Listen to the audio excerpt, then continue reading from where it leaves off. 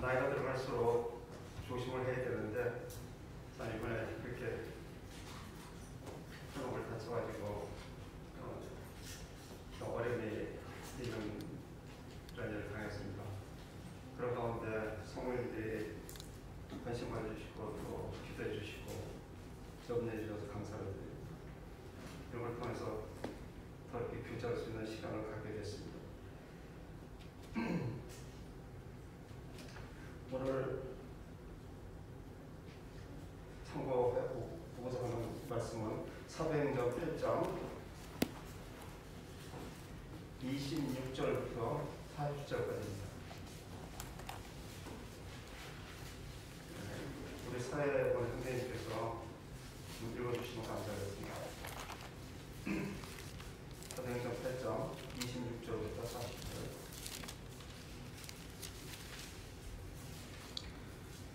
주의 사자가 빌립에게 말하여 이르되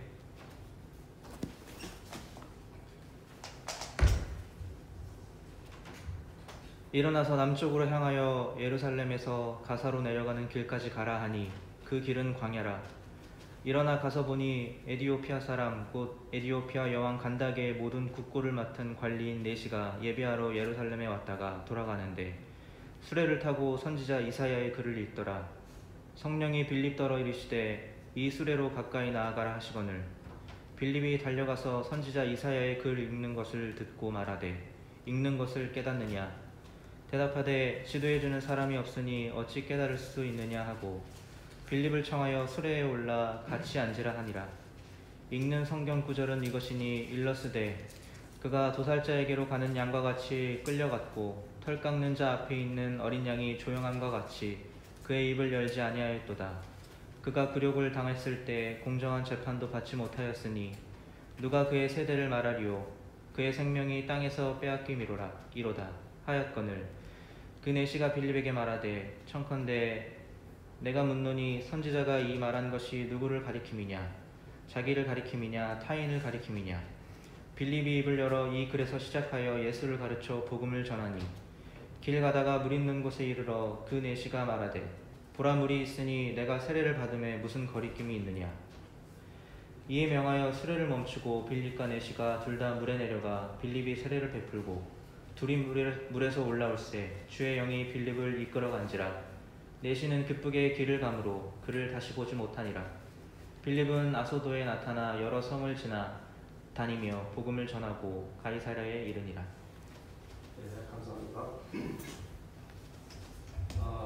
이 말씀 가운데 에티오피아의 그 여왕 간다케의 그 신뢰받는 권세 있는 이런 자가 예루살렘에 예배드리러 왔다 가는 장면을 이렇게 보게 되고 또 빌립을 주님께서 사용하셔서 그에게 복음을 전파하고 예수 그리스도에 대해서 증거할 수 있는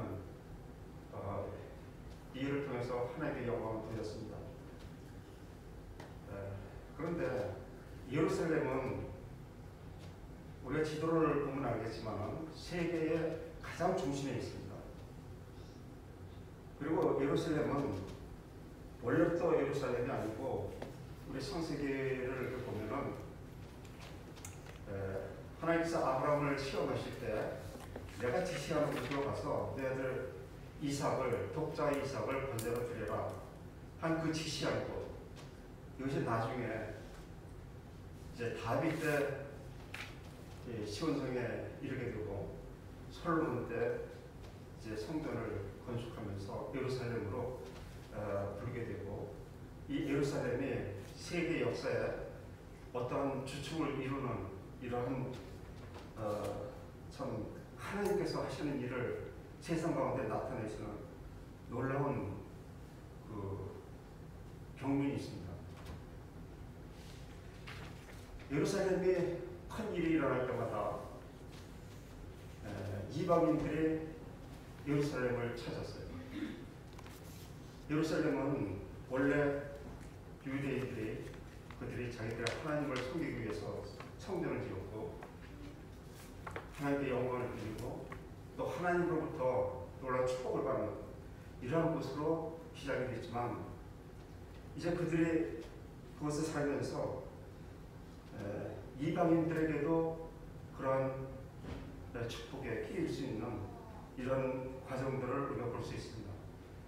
특별히 예루살렘의 그 성전이 지어질 때 이 성전은 성막으로 있다 이제 성전으로 이렇게 자리 잡게 되었는데 성전이 곧 성막으로 광내에서 성막을 지을 때 성막이 곧 예수 그리스도를 상징하는 그리스도의 그 예시가 되어 있고 영광이 드러나 있습니다. 그래서 예루살렘에 이러한 예수 그리스도에 관계된 이런 일이 있을 때 놀라운 일이 벌어지는데 첫 번째로 예수님께서 베들레헴 탄생하셨을 때 동방에 있던 박사들이 예루살렘에 경배하러 옵니다. 이것은 하나님께서 하시는 일에 오히려 하나님을 잘 섬기고 더 잘 알아야 됐던 이스라엘 민족보다 이방인들이 그 먼 길을 낙타를 타고 오랜 시간을 들여서 별을 보고 찾아와서 이스라엘의 왕이 탄생했는데 그 왕이 어디 계시냐 우리가 경배를 드리기를 원한다. 이런 말을 했을 때 예루살렘에 소동이 일어났습니다. 이와 같이 그들은 잘 아시죠. 참 하나님을 온전히 섬겨야 될 이런 자들이 그들은 이방인을 통해서 비로소 하나님의 아들 이스라엘 왕이 탄생한 것을 알았고 헤롯은 이것을 알았기 때문에 예수님을 죽이려고 했었죠. 또 이번에는 이 에디오피아에서 이렇게 예루살렘을 방문합니다. 왜 예루살렘 방문을 하느냐? 예수님 돌아가셨거든요. 예수님 돌아가신 목적이 분명히 하나님께서 선지자를 통해서 알려주셨고 이제 그로 말미암아 온 세상에 구원이 이루어질 것을 알려주셨어요. 하나님은 모든 사람이 구원을 받고 진리의 이르기를 원하십니다. 그런데 이 에티오피아에 있는 그 여왕 간다케의 그 모든 국고를 맡고 있었다는 것은 정말로 그 여왕의 신임을 받고 있고 모든 영화를 누릴 수 있는 이런 사람이에요. 근데 그 사람이 예루살렘에 왔다는 것이 놀라운 일이에요. 더구나 에티오피아는 거리성으로 엄청 멀잖아요. 즉 에티오피아를 보면은 애굽에 내려가는 것만 해도 이 거리가 상당한데 이집트에서 그 남쪽으로 가면 수단이 있고 수단을 거쳐야 그 다음에 에티오피아가 나오는데 그 에티오피아하고 동쪽으로 보면은 이제 거기에 그 아덴만이라고 지금 청해부대에 이렇게 나와 있고 한 데가 그 홍해로 들어가서 아스완댐을 통해서 지중해로 들어가서 이제 유럽으로 가는 이 통로가 있습니다. 근데 그 홍해를 들어가는데 그 에티오피아 맞은쪽으로 동쪽으로 보면 그게 사우디아라비아고 그 맨 끝이 예멘이에요. 그 지도를 보면은 굉장히 멀어요. 한 2,000km 되는 이런 거리를 하나님께 경배드리기 위해서 예루살렘까지 왔다 하는 것은 보통 사람이 할 수 있는 일이 아닙니다. 그리고 그는 또한 그 에티오피아의 국고를 맡은 아주 중요한 위치에 있는 사람이 지금 그 거리를 지금같이 비행기를 타고 갔다 금방 올 수 있는 거리가 아니에요. 이 거리성이 2,000km지만은 우리가 이렇게 보면은 계곡과 지형을 따라서 길이 휘어지기 때문에 길은 더 멀다고 볼 수가 있습니다. 그래서 이는 이제 그 경보를 타고 이렇게 온 것을 이 말씀에서 알 수 있는데, 그가 왜 그 먼 길을 마다하지 않고 예루살렘까지 왔을까요? 예루살렘에 놀라운 일이 벌어졌어요. 우리 누가복음 24장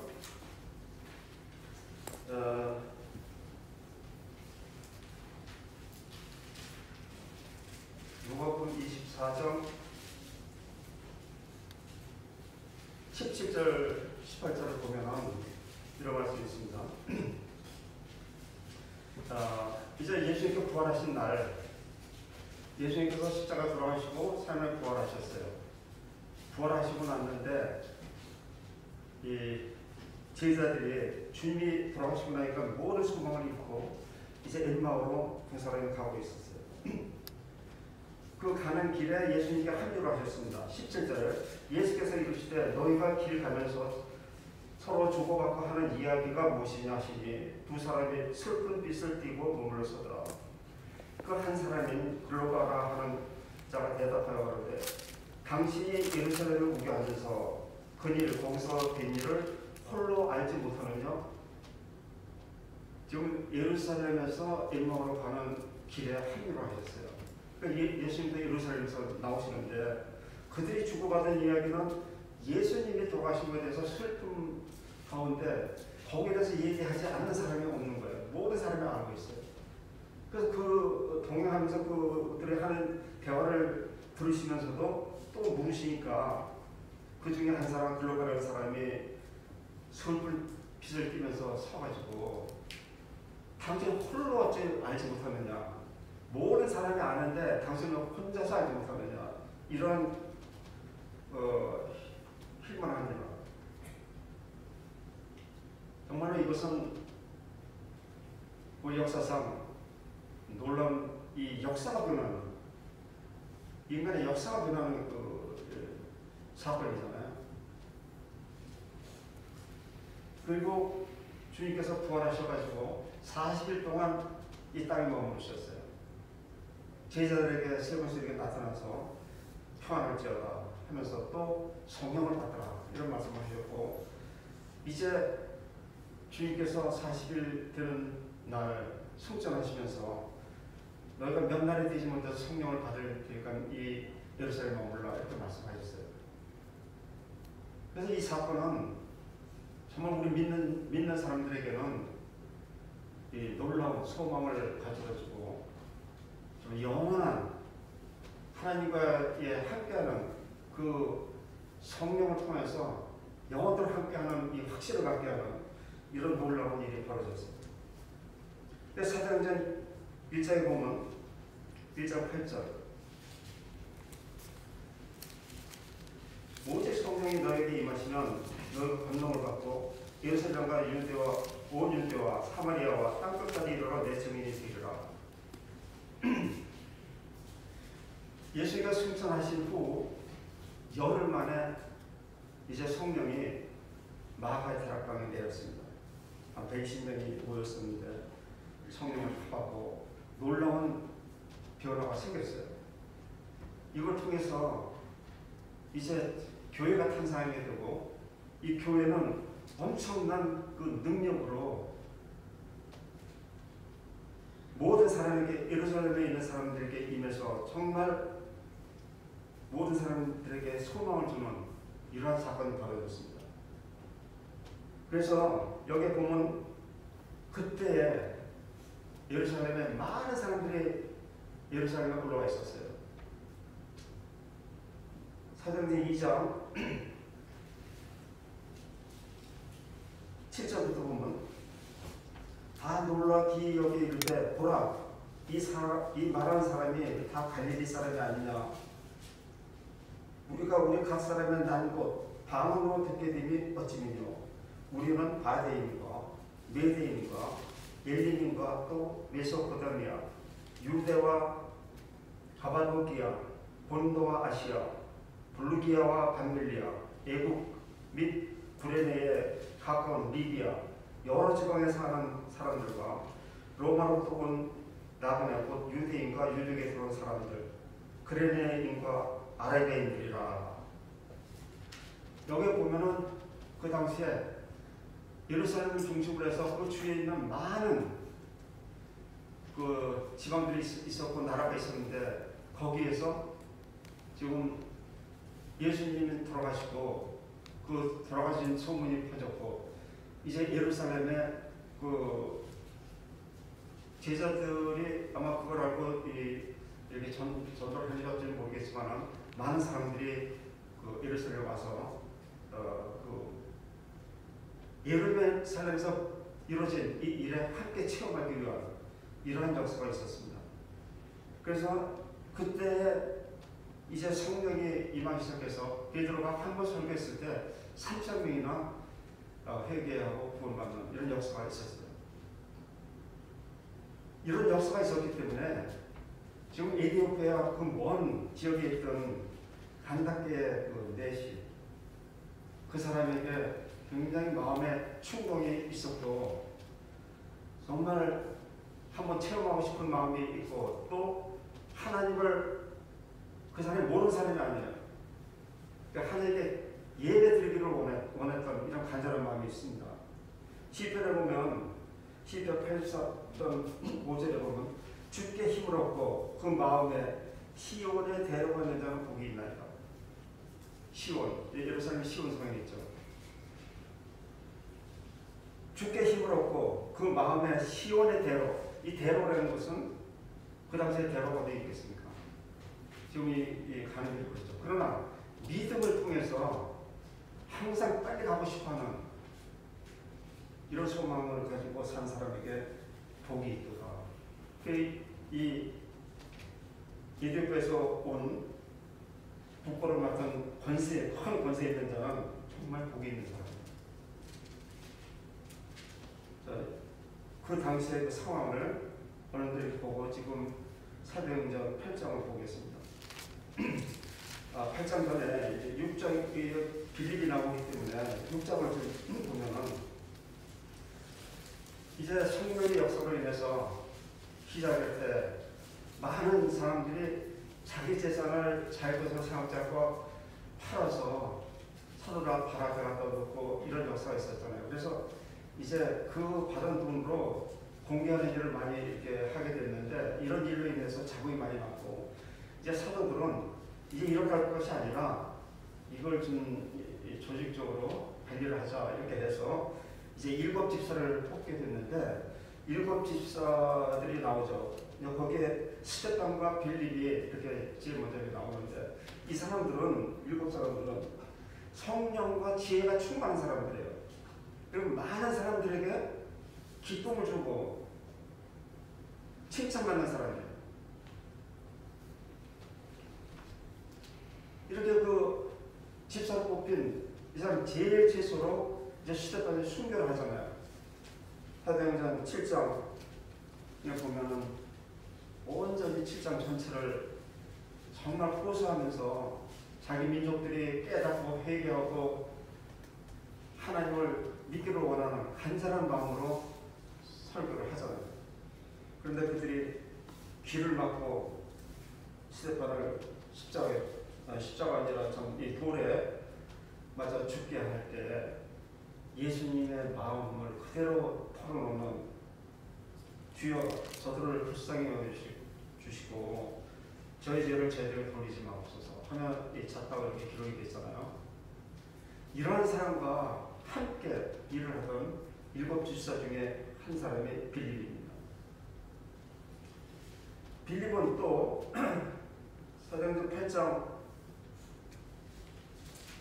4절부터 보면 이제 스데반이 순교를 다 하고 나니까 그때 이제 제자들이 굉장히 많고 믿는 사람이 많은데, 예수님이 뭐라고 그러셨어요? 마태복음 28장 19절에 간지하다. 하나님 예수님께서 보내셨어요. 너희는 가서 모든 족속으로 제자를 삼고 아버지와 아들과 성령의 이름으로 세례를 주고 너희에게 분부한 모든 것을 가르쳐 지키게 하라. 이 명령을 받았어요. 그런데 초대교회 때 그리고 인간들이 다 그러겠죠. 하나님께 그렇게 말씀하셨어도 현실에 이렇게 얽매이다 보면은 이제 예루살렘에서 아까 사도행전 1장 8절을 우리가 읽은 것처럼 예루살렘과 온 유대와 사마리아 땅끝까지 이르러서 증거하라고 말씀하셨는데 이들이 예루살렘에서 계속 맴돌면서 이제 하나님을 섬기려고 했습니다. 그때 이제 박해가 시작되어서 참 어떻게 보면 이 박해가 이렇게 퍼져나가겠고 이런 역사를 하는 걸 봅니다. 그래서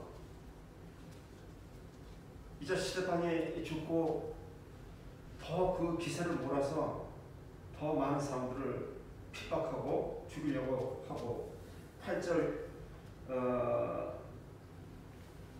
8절에 보면 사도 바울이 이제 공문을 받아가지고 어디든지 가서 믿는 사람 다 잡아다가 목에 가두려고 하는 이런 등등한 기세를 가지고 믿는 자들을 핍박했습니다. 그래서 할 수 없이 이것은 하나님의 뜻에 의해서 그들이 퍼지게 된 것이지 그들의 자기에서 주님께서 땅끝까지 이르는데 정인되라 하신 그 말씀조차 한 것이 아니에요. 저는 이 말씀을 보면서 하나님께서는 하나님을 사랑합니다. 그 뜻대로 부르심을 입은 자들에게는 모든 것을 합력하여 선을 이루신다. 하나님 이 말씀을 여기서 이루어 나가시는 거예요. 그런데 이렇게 퍼져나가는데 8장 4절부터 한번 보겠습니다. 그 흩어진 사람들이 두루 다니며 복음 말씀을 전하세 빌립이 사마리아 성에 내려가 그리스도를 백성에게 전파하니 무리가 빌립의 말도 듣고 행하는 표적도 보고 일심으로 말하는 것을 쫓더라. 많은 사람에게 붙었던 더러운 귀신들이 크게 소리를 지르며 나가고 또 많은 중풍병자 안질병이가 나으니 그 성에 큰 기쁨이 있더라.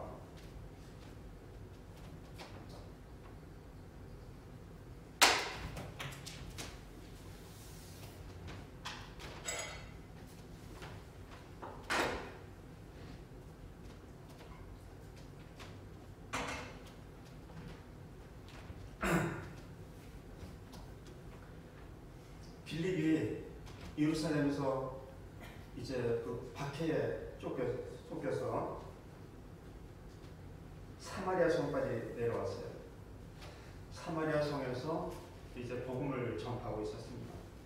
근데 잘 나가잖아요. 이 빌립이 가서 복음을 전하고 많은 사람의 표적을 할 때 하나님의 놀라운 능력이 나타나고 그곳에서 계속 많은 사람들이 그 복음을 깨닫게 되고 그 성에 큰 기쁨이 있었다고 그랬어요. 근데 그때 하나님께서 빌립을 부르셨습니다. 우리가 지금 읽은 것처럼 26절에 하나님께서 빌립을 부르셨어요. 자, 우리 같으면 어떻게 하겠어요? 지금 예루살렘에서 가사로 내려가는 길, 예루살렘이 거기서 이제 그 지중해가 지중해가 그 앞에 있는데 지중해에서 그 예루살렘 성까지 한 790m 해발이 90m 정도 돼요. 제가 이제 강릉에 살면서 그 옛날 강릉길로 해서 쭉 올라가서 한 700되는 데서 이 강릉시를 내려다보면 마지막에 보이고 해서 거리상으로 가까운 것 같은데 얼마나 그 구비구비해서 이렇게 올라오는지요. 굉장히 먼 길이에요. 예루살렘에서 가사는 곧 해안가에 있습니다. 그러니까 굉장히 이 길이 구비가 있고 험한 길이에요. 그리고 여기 말씀대로 광야길이라 이렇게 되어 있어요. 근데 지금 빌립이 예루살렘에서 가는 것이 아니라 사마리아 성에서 예루살렘에서 내려가는 길로 와가지고 내려가야 돼요. 그 거리가 사마리아 성에서 예루살렘까지 이 직선으로 보면 한 70km 돼요. 이제 그 길을 따라서 가게 되면 더 길겠죠. 이 길을 와서 다시 이제 가사로 가는 길로 내려가야 되는 이러한 데가 그 길은 강야가 정말 혼자 강야가 혼자 갔어요. 정말 그 힘든 여정입니다. 이것을 빌립이 아무 참 아브라함처럼 네가 사랑하는 독자 이삭을 내가 너 지시하는 곳으로 가서 번제를 드려라 했을 때 순종하는 것처럼 빌립이 아무 얘기를 하지 않습니다. 왜냐하면 사마리아에서 지금 전도가 되고 많은 사람들이 모여지고 그 사람들을 또 가르쳐야 되고 또 이렇게 그 교회식으로 형성이 돼야 되는 이런 상황인데 이제 주의 사절 말씀을 그대로 쫓아서 순종하는 것을 보게 됩니다. 근데 여기서 또 이제 저희들이 좀 알고 싶은 건 뭐냐면 27절을 보면 에티오피아 여러 간닥의 모든 국도를 맡은 큰 권세가 있는 내시가 예배로 예루살렘에 왔다. 내시라고 이렇게 기록이 되어 있죠. 내시는 이제 우리가 아는 바와 같이 이제 궁중에 이런 내시들이 있었습니다. 근데 여기서 이 사람의 정체를 좀 권세는 이름이 나와 있지 않는데 내시라고 이렇게 나와 있는데 정체를 좀 아는 것이 좋을 것 같아요. 유대인들이 주님께 나와서 물었습니다. 사람이 그 부인을 이혼을 할 때 이혼 증서를 써줘야 됩니까? 하고 그걸 물었죠. 그러니까는 모세가 너희들에게 그 이혼 증서를 주라고 한 것은 너희들의 마음의 완악함을 인하여서 주셨다. 그러니까 하나님의 뜻은 그것이 아니고 사람이 장성해서 부모를 떠나 아내와 연합하여 한 몸을 이룰지니라. 그래서 이 혼이 돼서 살면은 이혼을 음행한 연고 외에는 하나님께서 원치 않으시는 거예요. 그런데 아마 그 당시 사람들의 상황은 그렇지 않은 것 같아요. 우리가 알다시피 야곱 같은 경우도 보면 부인이 많고 이렇게 했습니다. 이제 이런 것을 얘기할 때 예수님께서 그런 말씀하시니까 그 제자들이 그러면은 결혼을 안 하는 게 낫지 않습니까? 어떻게 결혼해서 여자들을 음행의 연고 외에는 버릴 수 없다 그러면은 그거는 남자들로서는 참 너무 제한된 거 아니냐 이제 이런 뜻으로 얘기한 것 같아요. 그때 예수님께서 무슨 말씀하셨냐면은 우리 마태복음 19장 12절 보겠습니다. 11절부터 예수께서 가라사대 사람마다 이 말을 받지 못하고 오직 타고난 자라 할지니라. 오직 타고난 사람만 여기에 해당된다. 이런 말씀을 하셨어요. 어미의 태로부터 고자가 된 고자도 있고 사람이 만든 고자도 있고 천국을 위하여 스스로 된 고자도 있도다. 이 말을 받을 만한 자는 받을지어다. 누구나 이해할 수 있는 것이 아니고 받을 수 있는 자가 있다는 거예요. 믿음 있는 자. 이제 고자라고 하면 우리는 이제 이 자녀를 생산할 수 없는 이런 자를 얘기하는데 어머니 뱃속에서 태어날 때부터 고자가 된 자가 있고 또 사람이 그렇게 만든 고자도 있고 또 천국을 위해서 스스로 고자가 된 자가 있다. 그래서 이게 내시와 고자가 이제 같은 뜻을 갖고 있다고 본다면 여기에 그 내시라고 이렇게 기록된 것은 그 사람 천국을 위해서 자기 스스로가 노력하는 자. 그래서 참 이 말씀을 볼 때 내시에 대해서 굉장히 의미도 많고 하필이면 우리는 이제 그냥 직선적으로 생각하기를 내시 그러면 궁중에 있던 옛날 사람으로 인해서 이게 된 고자 이거를 이제 생각하기 때문에 이런 생각을 하게 되는데 사도 바울도 그런 말을 했어요. 나는 너희들이 나를 범하는 것을 원한다. 사도 바울도 어떻게 보면 내시 같은 이런 삶을 살았습니다. 결혼을 하지 않고 오직 주님만을 섬기는 이런 일을 하면서 모든 사람이 낫이 되기를 원한다. 그것은 하나님을 너무 사랑하고 하나님께 헌신된 자세로서 이런 말을 했던 걸 볼 수 있습니다. 그래서 일단 이 말씀 가운데 전체적으로 빌립이 어떤 사람이고 이 간다케가 넷이 이 사람이 어떤 사람이라고 우리가 어느 정도 알 수가 있습니다. 그리고 이제 그가 28절을 보면은 돌아가는데 그 예루살렘에 왔다가 돌아가는데 병거를 타고 선차 이사야를 읽더라. 여기 어디쯤 되는지는 잘 모르겠지만 하여튼 예루살렘에서 가사로 내려가는 그 길 어디에서 이렇게 가고 있는 상태를 알 수가 있습니다.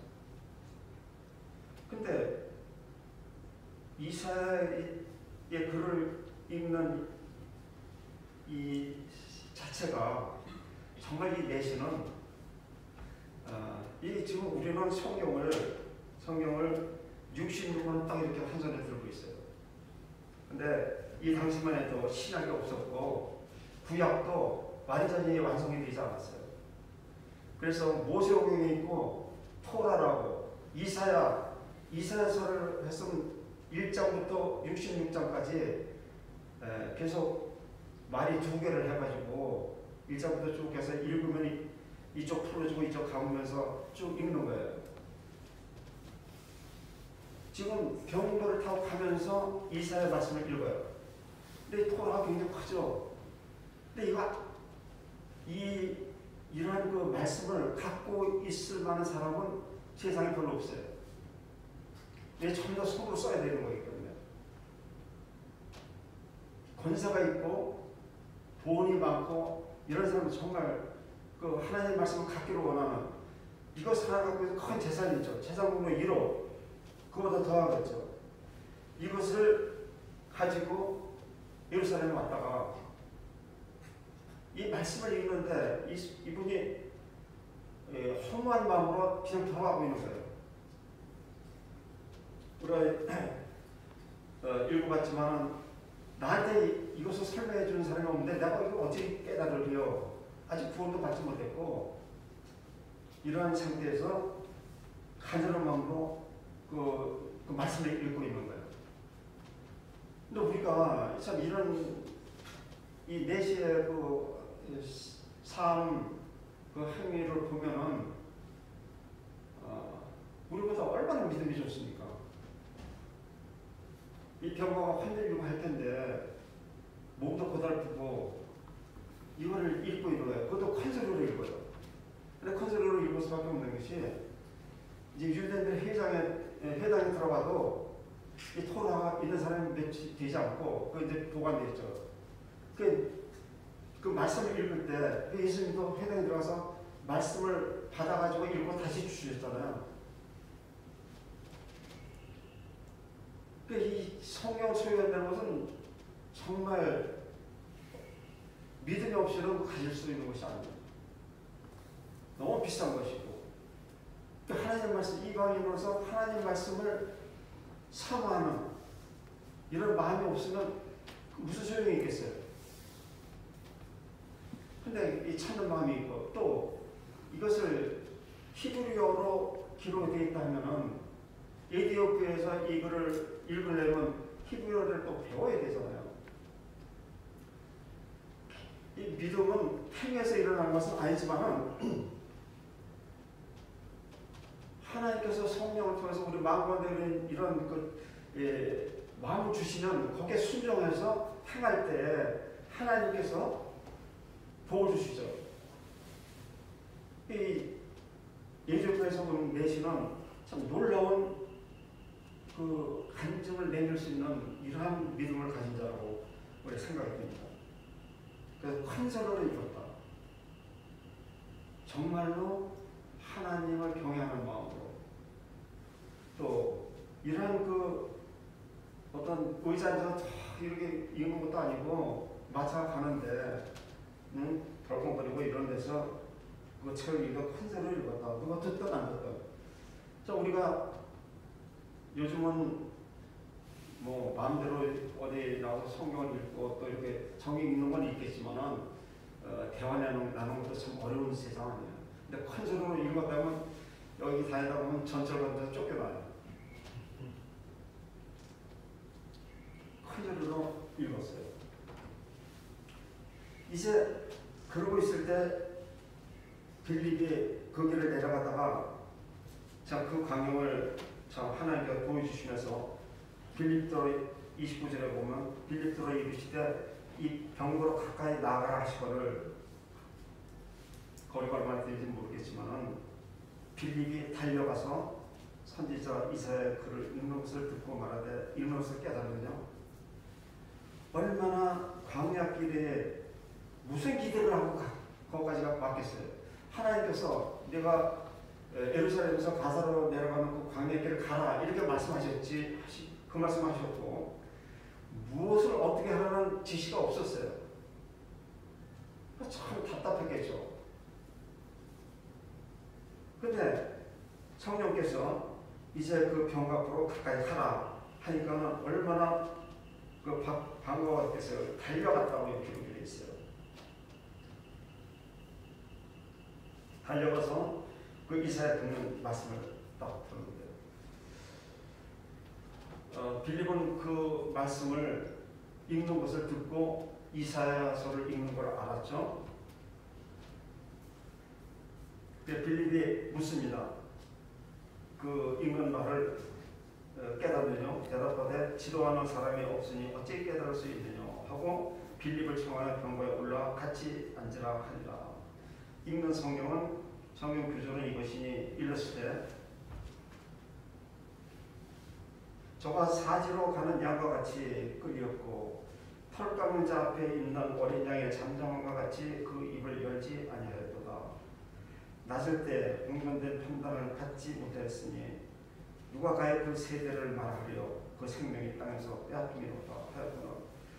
내시가 빌립도로 말하되 청건대 문헌이 선지자가 이 말한 것이 누구를 가르치면요 자기를 가르치면요 하나님을 가르칩니다. 우리는 성경을 읽을 때 저 의문하는 구절도 많이 있죠.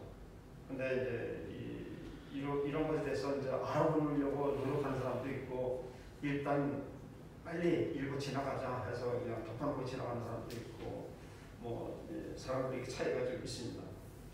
근데 이 내시는 읽은 것에 대해서 이해가 안 되지 않았어요.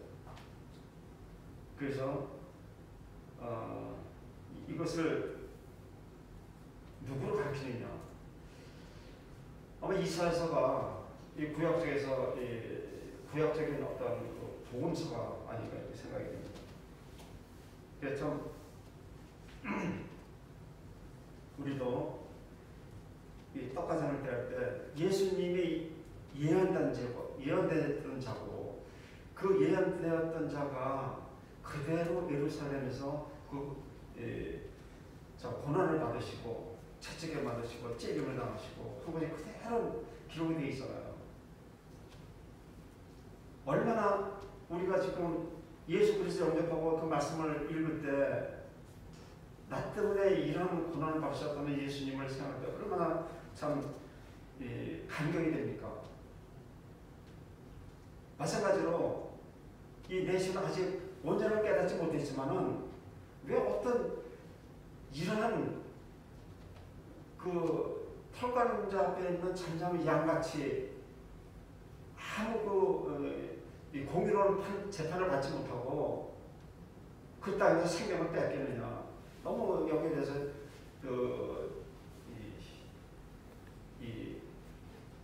알고 싶은 것이 너무 많았던 거예요. 모르겠습니다. 이 내시가 이것을 몇 번 반복해서 읽었는지 깨달을 수 없기 때문에.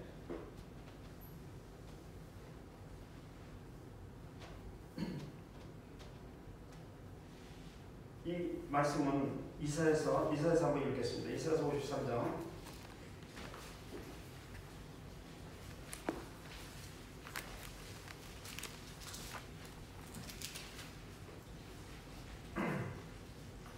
7절, 8절 이 말씀이 여기 그대로 기록되어 있습니다.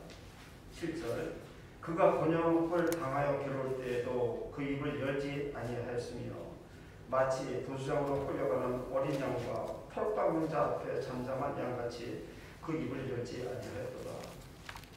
그가 곤욕과 시문을 당하고 끌려갔으니 그 세대 중에 누가 생각하기를 그가 산자의 땅에서 끊어짐은 마땅히 형벌받을 내 백성의 허물을 인함이라 하였으리요. 예수님께서 이제 빌라도 앞에서 빌라도 처음에는 이렇게 대답을 좀 하셨지만 대답을 침묵을 지키셨어요. 또 그뿐만 아니고 이제 판단이 사형 언도를 내렸을 때도 주님은 한마디에 항소하지 않으셨습니다. 주님은 그렇게 되어야 되기 때문에 그 길을 묵묵히 가셨어요. 또 악한 세대에서 거룩한 생명이 빼앗기는 것, 참 이것이 공의로운 것이냐 하는 것에 대해서 이 내시가 참 너무나도 궁금한 거예요. 35절 빌립이 입을 열어 이 글에서 시작하여 예수를 가르쳐 복음을 전하니, 여기서부터 그가 궁금해하고 알기를 원하기 때문에 예수 그리스도에서부터 통해서 복음을 전하니까 얼마나 그 이해가 빠른지. 그리고 여기 지금 37절에 36절에 길 가다가 물이 있는 곳에 이르러 내시가 말하되 보라 물이 있으니 내가 세례를 받음에 무슨 꺼림이 있느냐. 이후까지 세례를 받아야 될 것까지 이해를 했어요. 이제 빌립이 그걸 얘기한 것이 아니라, 물론 그 얘기도 했겠죠.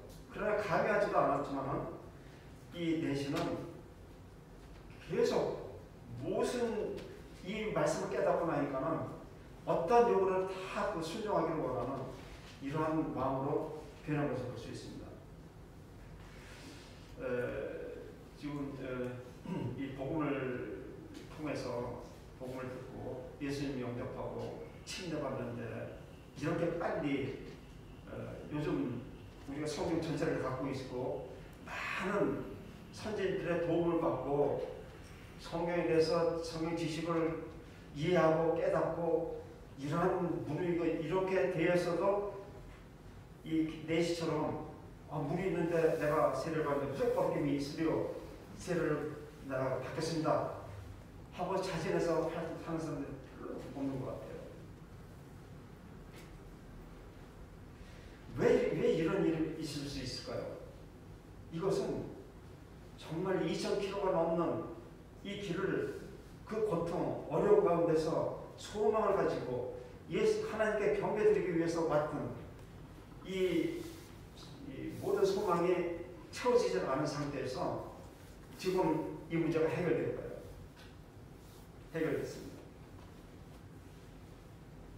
여기 30절, 7절에 없다고 이렇게 기록이 되어 있는데, 다른 성경 사본, 이게 사본을 이렇게 번역하다 보니까는 사본들에게 사랑이 참 일을 쓰다 보니까는 빠지는 구절이 있는 것 같아요. 그래서 여기에 없다는 그 말씀은 밑에 보면 이렇게 또 기록이 되어 있습니다.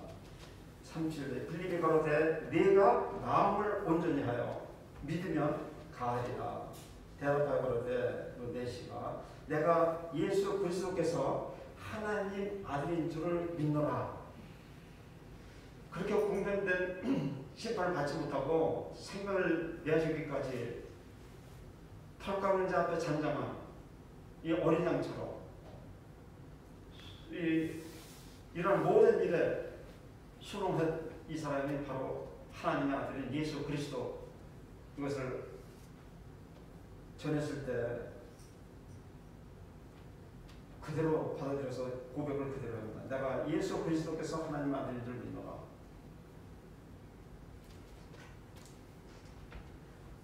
이 말씀은 참 놀라운 말씀이고 정말로 우리와 같이 이방인들은 참 원래 하나님 앞에 하나님께서 우리를 처음부터 계획하신 것이 아니고 유대인을 통해서 이제 전파되기를 원하셨고 했을 때 우리가 에베소 2장에 보면 우리는 하나님도 없던 자요 이방인이요 또그 하나님의 축복에 들어올 수 없던 자였는데 예수님께서 이 땅에 오셔서 아직 이 우리에 들지 않은 또 다른 양들이 때가 있다 한 그 양이 우리를 가리켜서 그 말씀하셨어요. 어떻게 해서 이 내시가 이러한 축복을 받게 됐을까요? 성경 잠언에 보면은 여호와를 경외하는 것이 지혜의 근본이요 거룩하신 일을 아는 것이 명철이니라. 이 내시는 지혜와 명철이 있었습니다. 지혜와 명철은 하나님을 찾아가는 것이고 하나님을 알 수 있는 이러한 단서가 돼요. 잠언 16장 22절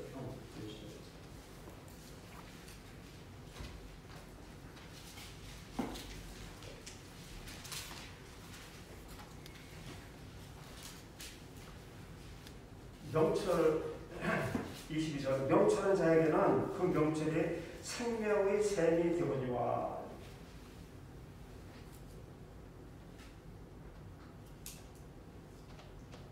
명철한 자.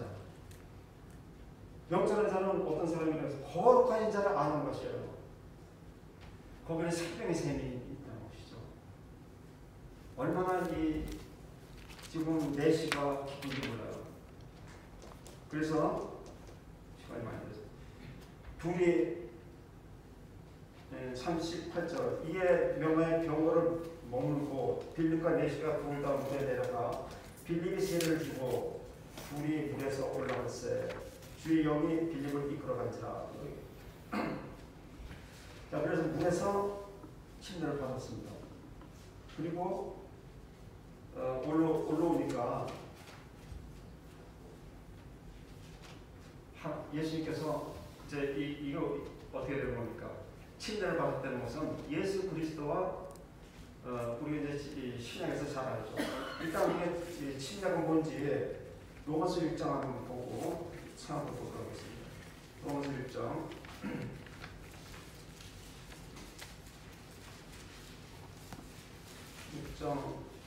3절 무릇 그리스도 예수와 합하여 세례를 받는 우리는 그의 죽음과 합하여 세례받은 줄을 알지 못하느냐. 그러므로 우리가 그의 죽으심과 합하여 세례를 받았으므로 그와 함께 장사되었나니 이는 아버지의 영광으로 말미암아 그리스도를 죽은 자 가운데서 살리신 것 같이 우리로 또한 새 생명 가운데서 행하게 하리라 하니라. 이게 세례예요. 이것까지 빌립을 통해서 깨달았어요. 그러니까 빌립을 통해서 세례를 받고 올라오는 이 장면이 39절 둘이 물에서 올라갈 때 주의 영이 빌립을 이끌어간지라 내시는 흔연히 기도감으로 그를 다시 보지 못하니라. 자, 이게 놀라운 말씀이 있어요. 이 하나가 되는 역사가 일어났잖아요. 세례를 통해서. 이 내시가 에티오피아 그 먼 데서부터 지금 예수님을 만나서 예배드리려고 올라왔는데 예루살렘에서 지금 예수님을 만난 게 아니라 지금 가사로 내려가는 어떤 길에서 그 물가에서 세례를 받고 예수님과 하나가 된 거예요. 세례를 받았다는 것은 예수 그리스도와 하나가 됐다는 거예요. 함께 죽었고 또 물에서 올라올 때 예수 그리스도의 살으심을 공로를 거닐어서 함께 구원하는 이 놀라운 말씀의 진리를 깨달은 거예요. 빌립이 내시가 이 사실이 정말 자기가 깨달았을 때 너무 환상적이고 너무 기쁘고 너무 좋아서 이 어찌할 줄을 모르는데 여기 보니까는 39절 주의 영이 빌립을 이끌어간지라. 여기 이렇게 이 내시를 만나기 위해서는 힘들게 왔는데 이제 내시를 만나서 좋은 일 하는데 주님께서 주의 영이 이끌어갔다. 어떻게 보면 예수님이 부활해서 여기도 가시고 저기도 가시고 가고 싶은 대로 막 이렇게 생각할 수도 있지만 성령이 이끌었다. 성령이 그런 마음을 주신 거예요. 저는 그렇게 생각이 됩니다. 이 내시가 예수님과 놀라운 개인적인 교제를 나누고 기뻐하는데 자기가 거기 있을 필요가 없어요. 시편 115편을 보면 여호와여 영광을 우리에게 돌리지 마옵소서. 오직 여호와께서 영광을 받으시옵소서. 모든 영광이 우리가 이 빌립이 행한 것이 아니라 하나님께서 빌립을 통해서 역사하셨고 빌립은 하나의 도구에 불과하지 않아요. 그러니까 이 내시가 기뻐하는 광경을 보고 빌립이 거기를 떠난 것이에요. 이러한 참 하나님을 진실되게 믿고 주님의 은혜를 너무 많이 받은 사람들, 살면서 모든 영광이 주님께로 가야지 제가 본인이 종관님께서 방해를 한다든가 아니면 그 영광을 뺏는다는 것이 너무 부담스러운 것이죠. 이러한 모습이 옛날 엘리사 때도 있었습니다. 엘리사 때도 아람의 아람 왕의 오르팔 역할을 했던 나아만 장군이 이제 우여곡절길의 끝에 그가 요단강에 가서 7번 목욕하고 올라왔을 때 깨끗함을 가져왔습니다. 그가 갈 때 엄청난 이 돈과 금과 이 의복을 가져갔어요. 근데 이것을 자기의 무덤뼈를 고쳐주면 이것을 다 주려고 가져갔는데 이사야는 이제 요단강 가서 목욕하러 갈 때 나와보지도 않았고 그가 믿음으로 고침을 받고 그리고 돌아가는 것이 목적이에요. 다만이 몸이 나온 것을 보고 그 예물을 주려고 엘리사한테 찾아왔을 때 엘리사가 하나님께 결단코 맹세하지만 그 예물을 하나도 받을 수 없다고 물리치는 것을 볼 수 있습니다. 이렇게 빌립도 여기서 지금 하나님 앞에 예배드리러 나오는 자들은 빈손으로 나오지 말라고 했어요. 그래서 이 내시가 보물이고 많이 가진 것이 있는데 지금 거기서 우물쭈물 하다가는 주님께로 가야 될 영광과 이런 것들이 참 잘못된 것을 생각하고 빨리 비켜주는 참 이런 것을 보게 됩니다.